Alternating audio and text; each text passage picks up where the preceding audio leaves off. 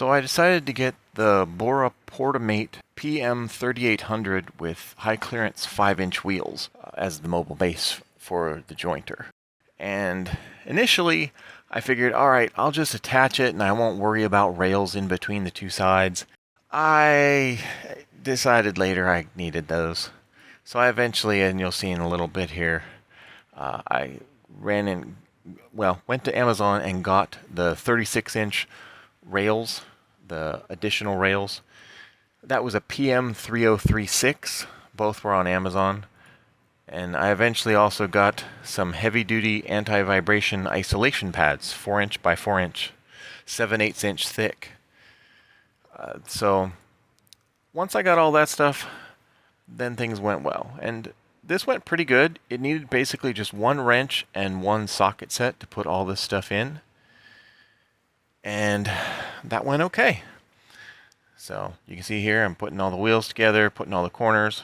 And at this point I'm still thinking that I'm going to just get it all going and just connect it up and have plywood or something, or 2x4s or something in between. But once I got this front section to length, I decided, yeah, gotta get the rails. So I ordered the rails, and you see here that I'm doing the other side and putting those in and put the rails in. The funny part, did you know that if you attach the bolts on one side and then realize that you can't put the other side in, you have to take that side back off? Yep, you do. But luckily it comes apart really easy. But then I got it all together, and so that worked. I got it all sized. It's 42 inches wide. I made the base be 43 1/8 or so.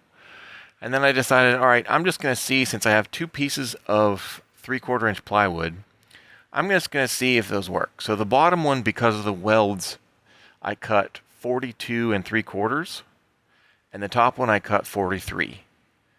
And that little saw works great, but boy does it spit chips. So you definitely need the dust mask, the goggles, and everything. So then it rolled, so that was cool. And then it's like, okay, is it going to go?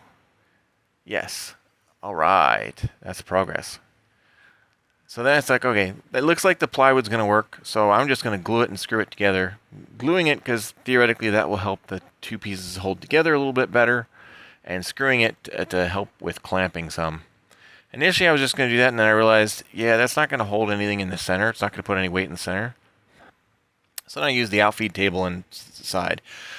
And then I went to eat lunch. When I came back, I drilled out the holes that I had marked where the feet go. When I had it sitting on the frame, I did mark where the feet go. And then that will work. And then that's going to go for where I put the bolts up through. And there's the pads I got. That's the orientation that they're going to go. The two towards the garage door have holes in them that the bolts go through. The two on this side, I ended up just using a single screw down through to hold them in place. I was going to use carpet tape, but decided just to use a screw. So there I was marking out where I wanted to drill the holes. And I like this little Milwaukee drill, but I don't use these batteries a whole lot, and I managed to go through all my batteries. Mike, you'll be proud. Except these were all fully charged initially. They said fully charged, so I just think they got old and just got weak or something for not being used down. But in any case, after cycling through all the batteries and using the same drill bit, which I think was getting dull at this point, I finally got all the holes drilled in the metal. And then I realized I have 3/8 inch bolts, but the threads don't go down far enough. So I had to use my 3/8/16 tap and die set to put the threads down further. And then here I'm just working on putting the bolts in. So I'm using a washer on the back and then coming up through. And then here I marked circles where I can use a Forstner bit to countersink those.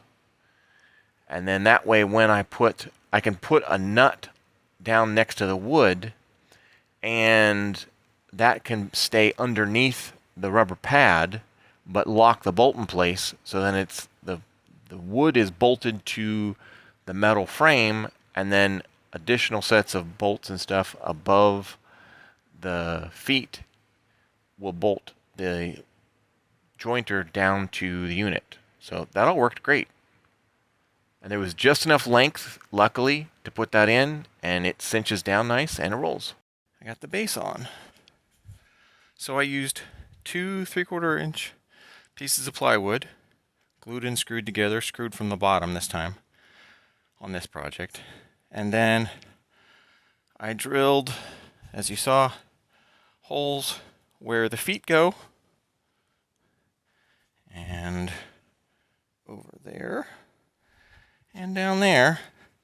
And then I did 2 others just in the corners where things are, bolting into the metal. Because I got the anti-vibration pads, those should work great, I was able to countersink some into the plywood, as you saw, and put a bolt and a washer under the pad so that these 2 are bolted down and held in place. And so basically the plywood is bolted to the frame on all 4 corners, even without the unit being on it. This one I was able, because there's 2 pads, I was able to put the bolt and washer underneath, and I didn't have to countersink it. But that should be fine. And I happen to have, I think, 3 inch or so. I think it was around 3 inches of the 3/8 16 bolts. But the threads didn't come down far enough, so I had to fix that. And then once I did that, this all worked. I didn't have to buy anything. Well, other than the pads. The pads were from Amazon. But yeah, that's very cool. That's very cool.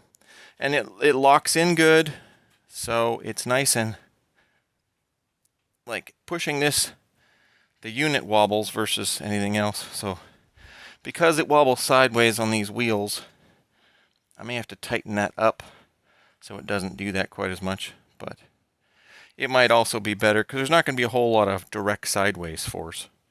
And I also have to adjust these posts because there are feet that when you flip this and put it forward,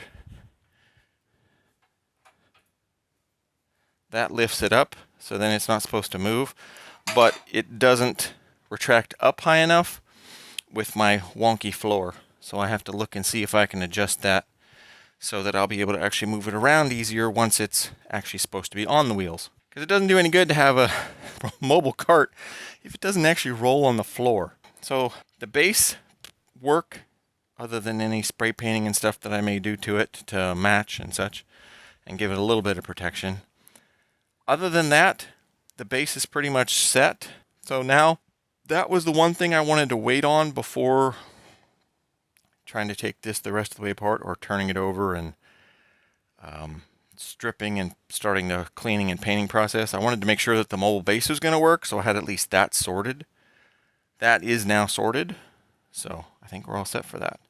I will still have to figure out how to attach the motor and the dust collection and stuff underneath it, but that's okay. I can do that later. That's an afterwards thing, because since I have the link belt, I can always move the motor up or down or whatever, and I don't have to use that. That's just what was there already. I may decide, hey, that doesn't work, and I'll just make something else. So that's easy enough. It's wood. I can do wood. So yeah, very cool. Mobile base is done. And here is just a underneath view of how the bolt heads go with the washer. So you can see the 4 bolts for the metal section and the one for the wood, for the leg.